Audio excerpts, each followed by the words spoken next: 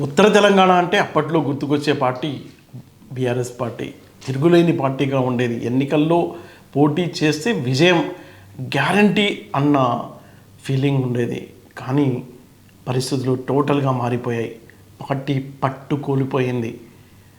ఒక పక్కేమో హిందుత్వ ఎజెండాతో భారతీయ జనతా పార్టీ చాలా దూకుడుగా వ్యవహరిస్తుంది.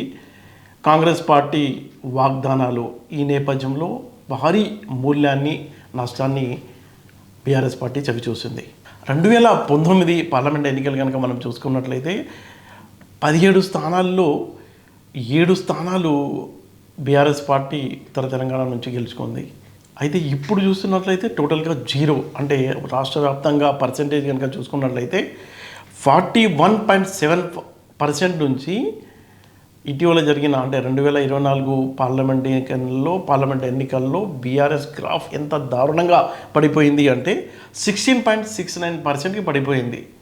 అంటే ఎంత భయంకరమైన సిచ్యువేషన్కి. ఒకప్పుడు ప్రతిపక్షాలని ఉక్కిరి బిక్కిరి చేసిన బీఆర్ఎస్ పార్టీ ఒక పక్కేమో కాంగ్రెస్కి, మరోపక్క బీజేపీ, ఇద్దరు జాతీయ పార్టీల మధ్య తట్టుకోలేకపోతుంది. అయితే మనం చూడొచ్చు 2024 నుంచి ఇప్పటి వరకు కేటీఆర్ తనదైన స్టైల్లో పార్టీకి మళ్ళీ ఊపిరిపోయటానికి ఆయన ప్రయత్నాలు చేస్తున్నప్పటికీ మళ్ళీ పార్టీలో ఏదన్నా ఒక ఊపు అనేది ఎక్కడ కనుచూపు మేరలో కనిపించడం లేదు. దయనీయంగా మారింది. ఒక పక్కేమో చాలామంది నేతల వలసలు, ఇంకొక పక్క ఇంటర్నల్గా కవిత దగ్గర నుంచి వస్తున్న సెగ. ఈ నేపథ్యంలో భయంకరమైన సిచ్యువేషన్ ఎదుర్కొంటున్న నేపథ్యంలో జీవన్ రెడ్డి బీఆర్ఎస్ పార్టీలోకి ఎంట్రీ ఇచ్చారు. దీంతో కేసీఆర్ ఒక రూట్ మ్యాప్ తయారు చేసుకున్నారు. జీవన్ రెడ్డిని ఉపయోగించుకుని మళ్ళీ ఉత్తర తెలంగాణలో తన పట్టు నిలుపుకోవాలి, అక్కడ ధమాకా చేయాలి, పార్టీని బలోపేతం చేయాలి, ఆల్రెడీ ఉన్న క్యాడర్లో ఒక ఉత్సాహాన్ని నింపాలన్న నేపథ్యంతోనే ఏప్రిల్ 20వ తేదీన జరగబోయే బహిరంగ సభలో కేసీఆర్ పాల్గొనబోతున్నారు. జనరల్గా ఒక నేత ఎవరైనా పార్టీలో జాయిన్ అయితే హైదరాబాద్లో ఉన్న పార్టీ కార్యాలయంలో కండువా కప్పి పార్టీలోకి చేర్చుకుంటారు. కానీ ఇప్పుడు తనదైన స్టైల్లో కేసీఆర్ పావులు కదులుతున్నారని చెప్పుకోవచ్చు. ఇప్పటి వరకు కేవలం ఫామ్ హౌస్కే పరిమితమైన కేసీఆర్ సమయం కోసం వేచి చూస్తున్న నేపథ్యంలో ఇప్పుడు ఒక జీవన్ రెడ్డి రూపంలో ఆయనకు ఒక ఆశ కలిగింది. జీవన్ రెడ్డిని ఉపయోగించుకొని మళ్ళీ ఉత్తర తెలంగాణలో బలపడాలి అన్న ప్రయత్నం చేయడంలో భాగంగా వ్యూహాత్మకంగా ఆయన పావులు కదుపుతున్నారని చెప్పవచ్చు. అయితే ఆ రోజు ఒక భారీ బహిరంగ సభ, అంటే ఇప్పటి వరకు బీఆర్ఎస్ పార్టీ ఏం చేసిందంటే క్షేత్రస్థాయిలో ఎక్కడా పాల్గొనడం లేదు. కేవలం ప్రెస్ మీట్లు పెట్టడం, ప్రకటనలకే పరిమితమైన పార్టీ ఇక క్షేత్రస్థాయిలో గ్రౌండ్ లెవెల్లో వెళ్ళాలి. ఈ జీవన్ రెడ్డిని పార్టీలో జాయిన్ అవుతున్న సందర్భంగా గట్టిగా తన వాయిస్ వినిపించడానికి గులాబీ నేత సిద్ధమవుతున్నారు. అయితే జీవన్ రెడ్డి గురించి మనం చెప్పుకుంటే ఆయన చాలా బలమైన నేత. ఉత్తర తెలంగాణలో ఆయనకు మంచి పట్టు ఉంది, క్యాడర్ ఉంది. మనం చూసాం ఆయనకు సుదీర్ఘ రాజకీయ అనుభవం ఉంది. ఆయన ఏంటంటే ఇటీవల అంటే ఒక 5-6 ఏళ్ల క్రితం జరిగిన ఎమ్మెల్సీ ఎన్నికల్లో కూడా ఆయన గెలిచారు. ఈ నేపథ్యంలో ఆ క్యాడర్ అంతా సపోర్ట్గా ఉంటుంది. ఆయన సామాజిక వర్గం కూడా అనుకూలంగా ఉంటుంది. ఇటుపక్క జీవన్ రెడ్డికి సంబంధించిన అనుచరులు, బీఆర్ఎస్కు సంబంధించిన క్యాడర్ రెండూ కలిస్తే మళ్ళీ ఉత్తర తెలంగాణలో బలపడవచ్చు అన్న ఆశ గులాబీ అధినేత మెదడులో ఉంది. అయితే జీవన్ రెడ్డి గతంలోలా యాక్టివ్గా ఉన్నారా? ఆయన వయసు ప్రభావం ఏ మేరకు ఉంటుంది అంటే ఇప్పుడు మొత్తం చూసుకున్నట్లయితే ఎక్కువగా యువత ప్రభావం ఎక్కువగా కనిపిస్తుంది. మనం చూడవచ్చు ఆయన వరుసగా ఎమ్మెల్యేగా ఓడిపోయారు. మళ్ళీ ఎంపీ టికెట్ ఇచ్చిన ఎంపీ టికెట్ కూడా ఓడిపోయారు. అక్కడ ఎమ్మెల్సీ అభ్యర్థిని కూడా గెలిపించుకోలేకపోయారు. ఈ నేపథ్యంలో ఆయనకు గతంలో ఉన్న ఫాలోయింగ్ ఉందా, లేకపోతే కేసీఆర్ ఆశిస్తున్నట్టు జీవన్ రెడ్డి నుంచి పార్టీకి సపోర్ట్ ఏ మేరకు లభిస్తుంది అనేది ఉత్కంఠగా మారింది. ఇంకొక విషయం ఏంటంటే వచ్చే ఎన్నికల వరకు జీవన్ రెడ్డి కుదురుగా ఆ పార్టీలో ఉండాలా, అంటే లోకల్గా ఏదైతే ఇప్పుడు ఆయన ఫేస్ చేశారో అలాంటి సమస్య, అంటే ఒక పక్క బీఆర్ఎస్ క్యాడర్, ఇంకో పక్క మొన్నటి వరకు భయంకరంగా తిట్టుకున్న ఒకళ్ళు అంటే బీఆర్ఎస్ పార్టీ కాంగ్రెస్ పార్టీ పరస్పరం తిట్టుకునేవాళ్ళు, అక్కడ అతను లీడ్ చేసేవాడు. అలాంటప్పుడు ఆ క్రింది స్థాయిలో అంటే తన క్యాడర్ కాంగ్రెస్ పార్టీకి సంబంధించిన కార్యకర్తల్ని బీఆర్ఎస్ కార్యకర్తల్ని ఎలా కలుపుతారు, అయితే అక్కడ స్థానికంగా ఉన్న బీఆర్ఎస్కు సంబంధించిన సెకండ్ గ్రేడ్ థర్డ్ గ్రేడ్కు సంబంధించి అంటే అక్కడ టికెట్ ఆశిస్తున్న వాళ్ళ దగ్గర నుంచి ఎదురయ్యే పోటీ కానీ సెగ పొగ అలాంటివి ఎలా తట్టుకొని పార్టీలో ఇముడుతారు అనేది కూడా ఉత్కంఠగా రేపుతుంది. అయితే ఈ స్టేజ్లన్నీ దాటి జీవన్ రెడ్డి ఎలాంటి మ్యాజిక్ చేస్తారు అనే చర్చ కూడా జగిత్యాలలో జరుగుతుంది. క్షేత్రస్థాయిలో మనం చూసాం, ఇప్పటివరకు పోరాటాలు ఏం చేయడం లేదు, కేవలం ప్రకటనలకే పరిమితమైన బీఆర్ఎస్ పార్టీ ఇప్పుడు ఒక సభ ద్వారా తన వాయిస్ వినిపించబోతుంది. అయితే ఆ సభను గులాబీ అధినేత ఎలా వాడుకుంటారు, రేవంత్ రెడ్డి ఎలా పార్టీ ఫిరాయింపులకు పాల్పడుతున్నారు, చాలా సీనియర్ నేత ఎవరైతే ఉన్నారో జీవన్ రెడ్డి పార్టీని నమ్ముకొని జెండాలు మోసి ఎదిగిన సీనియర్లను ఎలా పార్టీ నుంచి తరిమేస్తున్నారు, ఈ ఎవరైతే పార్టీలు మారి కాంగ్రెస్ పార్టీలో వలస వచ్చిన నేతలే అధికారం చేస్తూ ఆ వలస వచ్చిన నేతలకే ప్రాముఖ్యత ఇస్తూ పార్టీ కోసం పనిచేసిన కార్యకర్తల్ని గాంధీ భవన్ నుంచి ఎలా తరిమేస్తున్నారు అన్న అంశాన్ని కూడా కేసీఆర్ తన ప్రసంగంలో ఏదైతే జగిత్యాలలో జరగబోయే బహిరంగ సభలో ప్రస్తావించే అవకాశం ఉంది.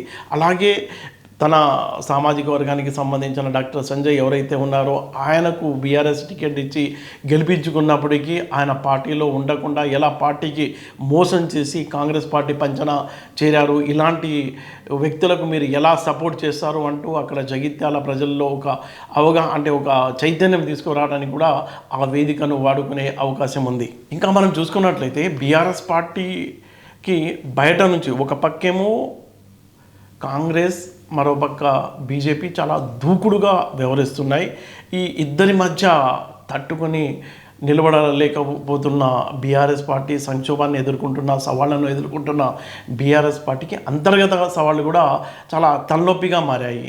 ఎవరైతే కవిత ఉన్నారో జాగృతి కేసీఆర్ కూతురు కవిత, ఆమె పార్టీ నుంచి బయటికి రావడమే కాదు వచ్చి పార్టీని కడిగిపడేస్తున్నారు. ఎంత దారుణంగా కడిగిపడేస్తున్నారంటే అక్కడ జరిగే లోపల ఉన్న సంగతులన్నీ చెప్తుంటే ఆ విషయాల్ని కాంగ్రెస్ పార్టీ అలాగే బీజేపీ పార్టీ తమకు అనుకూలంగా వాడుకోవడం కూడా బీఆర్ఎస్కు పెద్ద తలనొప్పిగా మారిందని మనం చెప్పుకోవచ్చు.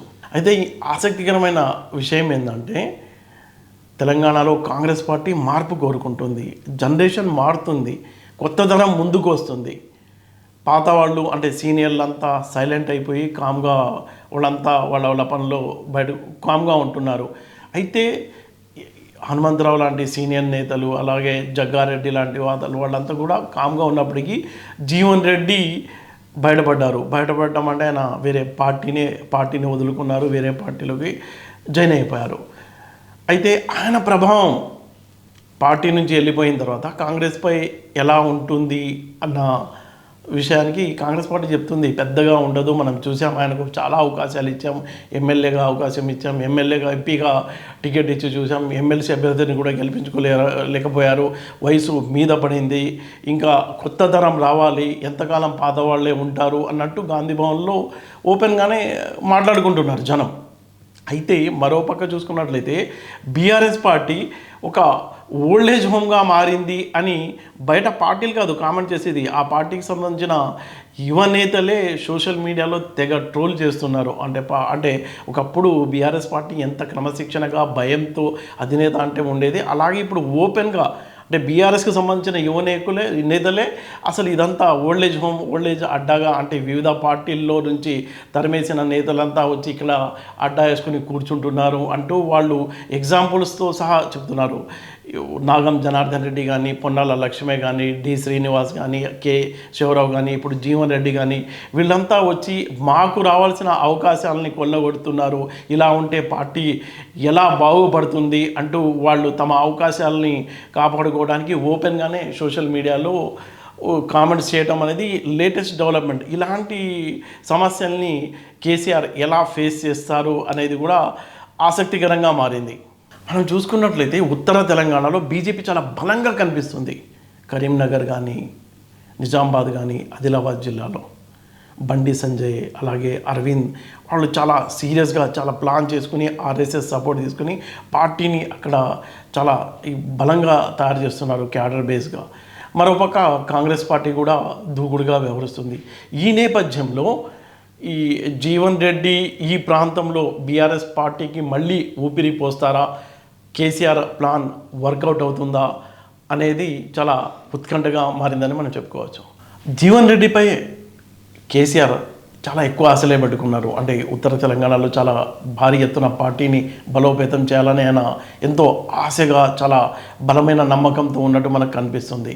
ఎందుకంటే గతంలో 2021లో జీవన్ రెడ్డి ఒక నినాదం ఇచ్చారు, కేసీఆర్ పోవాలి కాంగ్రెస్ రావాలన్న నినాదం. అయితే ఇప్పుడు బీఆర్ఎస్ పార్టీలో చేరిన నేపథ్యంలో రేవంత్ రెడ్డి పోవాలి మళ్ళీ కేసీఆర్ రావాలన్న నినాదం ఇచ్చి కేసీఆర్ను జీవన్ రెడ్డి బాగానే ఇంప్రెస్ చేశారు.